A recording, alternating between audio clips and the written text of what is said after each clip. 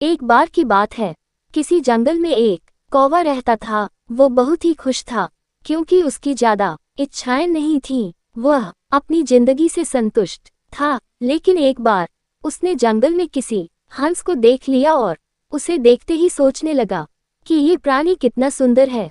ऐसा प्राणी तो मैंने पहले कभी नहीं देखा। इतना साफ और सफेद, यह तो इस जंगल में औरों से बहुत सफेद और सुंदर है, इसलिए यह तो बहुत खुश रहता होगा।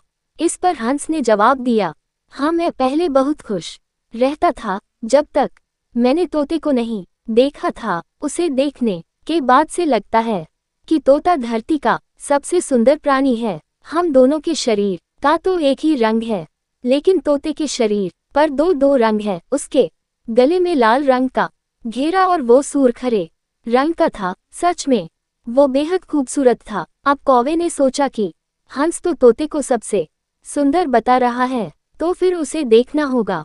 कौवा तोते के पास गया और पूछा, भाई, तुम दो दो रंग पाकर बड़े खुश होगे।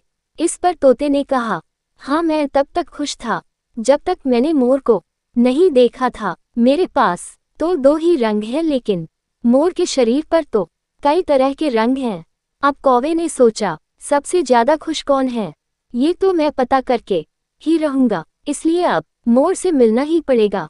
कौवे ने मोर को जंगल में ढूंढा, लेकिन उसे पूरे जंगल में एक भी मोर नहीं मिला और मोर को ढूंढते ढूंढते वह चिड़ियाघर में पहुंच गया तो देखा मोर को देखने बहुत से लोग आए हुए हैं और उसके आसपास अच्छी खासी भीड़ है। सब लोगों के जाने के बाद कौवे ने मोर से पूछा, भाई, तुम दुनिया के सबसे सुंदर जीव हो और रंग बिरंगे हो। तुम्हारे साथ लोग फोटो खींचवा रहे थे, तुम्हें तो बहुत अच्छा लगता होगा और तुम तो दुनिया के सबसे खुश जीव होगे। इस पर मोर ने दुखी होते हुए कहा, भाई, अगर सुंदर हूं तो भी क्या फर्क पड़ता है, मुझे लोग इस चिड़ियाघर में कैद करके रखते हैं, लेकिन तुम्हें तो कोई चिड़ियाघर में कैद करके नहीं रखता और तुम जहां चाहो अपनी मर्जी से घूम फिर सकते हो।